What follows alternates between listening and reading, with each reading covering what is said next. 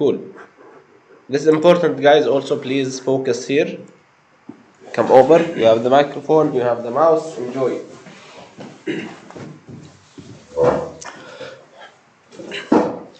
Yeah, good morning, all of you friends. Today, I'm going to talk about standard operating procedures. Hereafter, I call it SOP. Here, the SOP in the sense, before entering the subject, I would like to give a brief idea about it. The SOP in the sense, let's say for an example, you're going to purchase one laptop in the shop. So definitely after purchasing it, they will give one manual, okay, how we are going to operate the laptop. If you don't have any idea, it's not only for laptop, for any of the accessories or electronic equipment. So like that, if you're going to work in an organization, so definitely the organization must be having this SOP, how they are going to run the business or how they are running their operations. So that's the reason the SOP is very important in an organization. It's not only for project management tools but also it's organization tools which is very important to run the business very easily and to get an extract output from all employees. So you can say in other ways like SOP is like a policies and the protocols you are creating in your organization how to run the business. Okay. Now I'll enter into the subject. Here you can see I have been given the description, the standard operating procedure SOP, which means that it's a procedure specific to your operation that describes the activities necessary to complete the task in accordance with the industry regulations, provincial laws, or even just your own standards for running your business or organization. SOP documents guides the employees on how to carry out the routine tasks and maintain consistency and quality of throughout business operations. SOP is step-by-step instructions guide to help an employee in performing specific operations smoothly. The main objective of SOP is to ensure uniform and quality of output while simultaneously reducing miscommunication and ambiguity. See, in most of the organization, let's say for an example, one employee is turnover from the organization. If we ask about their opinion, they will say there is no proper system, or they will say that there is no proper policy or protocol. The main issue is that there is no proper or well framed SOP, because see, if it is not their SOP, it means that they are manipulating the system or they are targeting only one person and overloading all the tasks towards him. So that's the reason this SOP is more important to an organization. Here you see I just given an example, like this is one manufacturing company. There is one supervisor and picker and shipper. So there's a loop which has been created step by step. Okay, what is supervisor role and what is picker role and what is shipper role till loading the material to the truck. So I'm just giving you a brief an idea about this so you can explore into more. So what are the types of standard operating procedure, this SOP? What are the types are there? Here, the checklist. This is one of the most important type. A checklist or the do-do list is one of the simplest methods of writing SOP. Simply create a header, the process you are creating guideline or a relevant checklist item that employees need to follow in order to complete the task. Step by the second thing is that step by step list, similar to checklist. A step by step bullet list works in the same way, where you describe a procedure in relevant easy to follow steps. If the task you are creating SOP for is pretty straightforward, these lists can be more than enough to get the job done efficiently. So this is a hierarchical list. The third one is the hierarchical list. If your procedures are more complex and need additional information, you can create hierarchical checklist or bullet lists. If you are unable to explain a task in a single step and at the same time don't want to make the SOP lengthy, adding hierarchical steps can be beneficial. The final one is process flow chart. This would be the most common things, and where most of the companies and organizations they are following, because it's very easily. The flow charts are it's a very wonderful way to represent how a process works visually and help give better context around the workflow.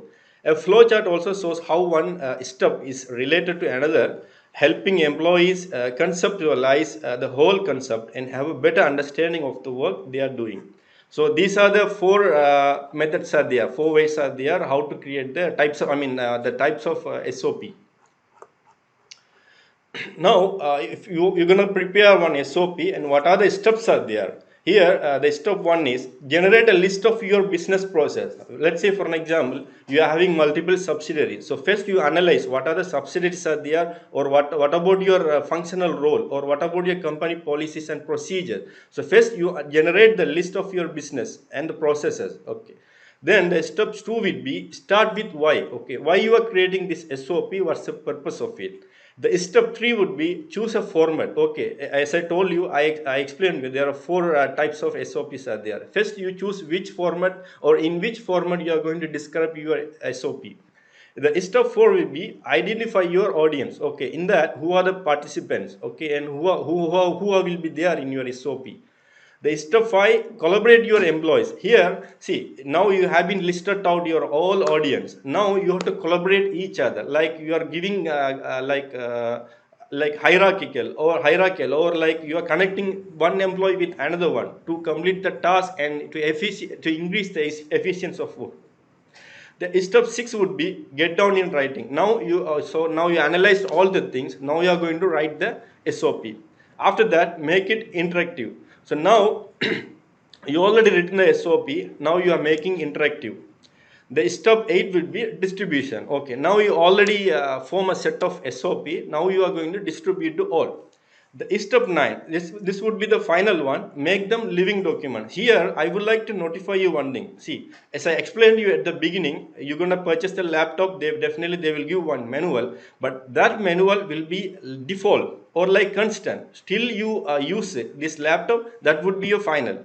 But this SOP, which is deviating from that manual, why? Because it's a living documents. Living documents mean it's not be default or like it's not be constant. It will be changing frequently. Why? Because some of the employees may turn over, or some of the employees may add it in your organization, or you will be enhancing your business. Then, in order to integrate your team, definitely the SOP should be the living document. So you have to upgrade frequently, and you have to be as a live document. So when it comes to practical issues, then you have to upgrade. So this SOP is a living document. So please keep it in your mind. So when you prepare any SOP, so definitely it should be the living documents.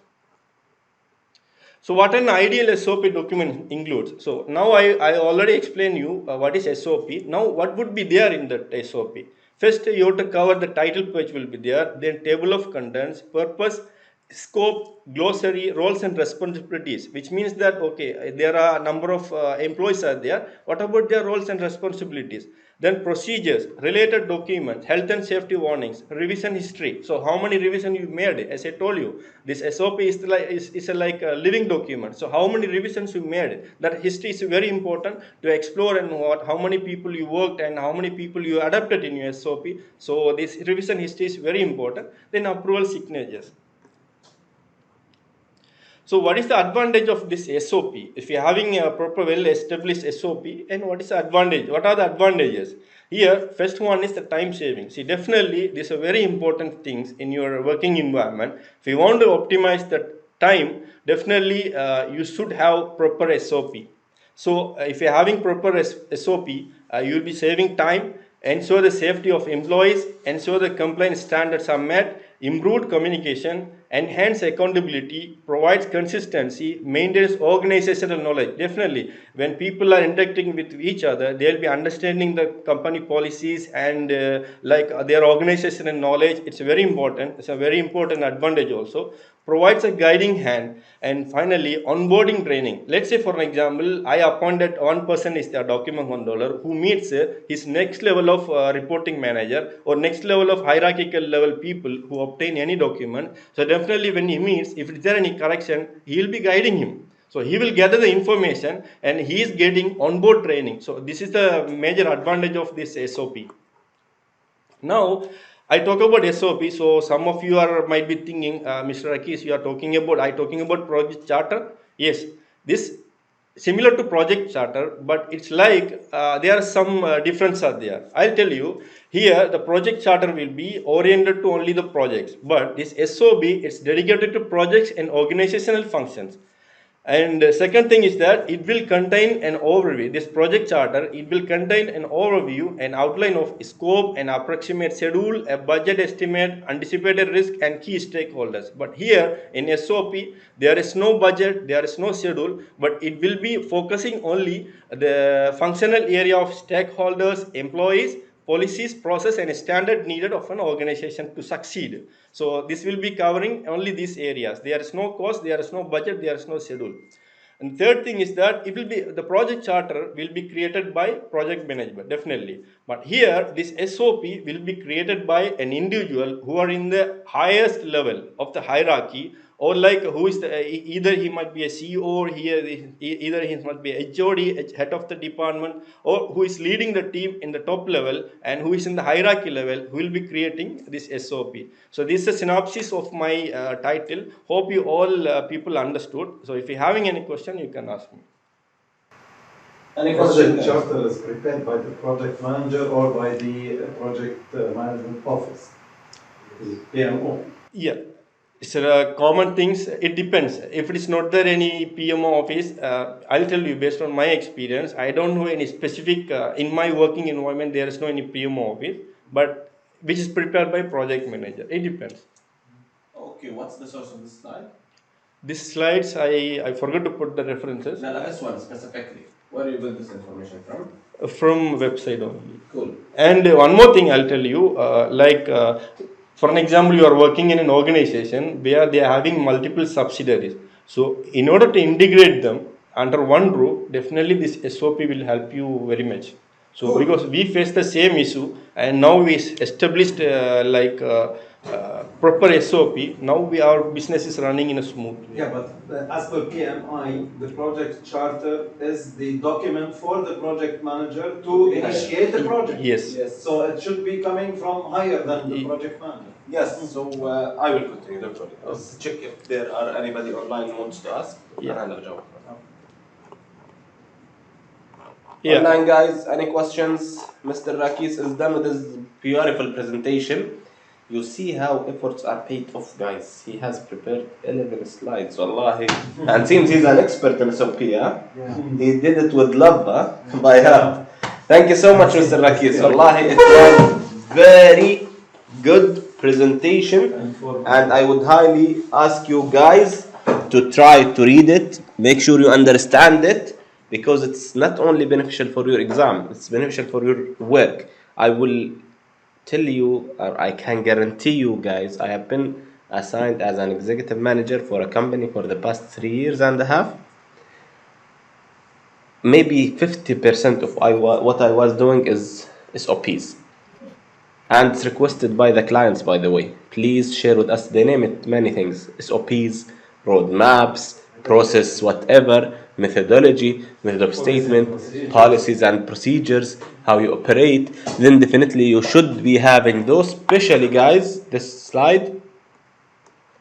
You should be having such roadmaps for your projects while doing the project management plan. For each, in my environment, we have BIM users.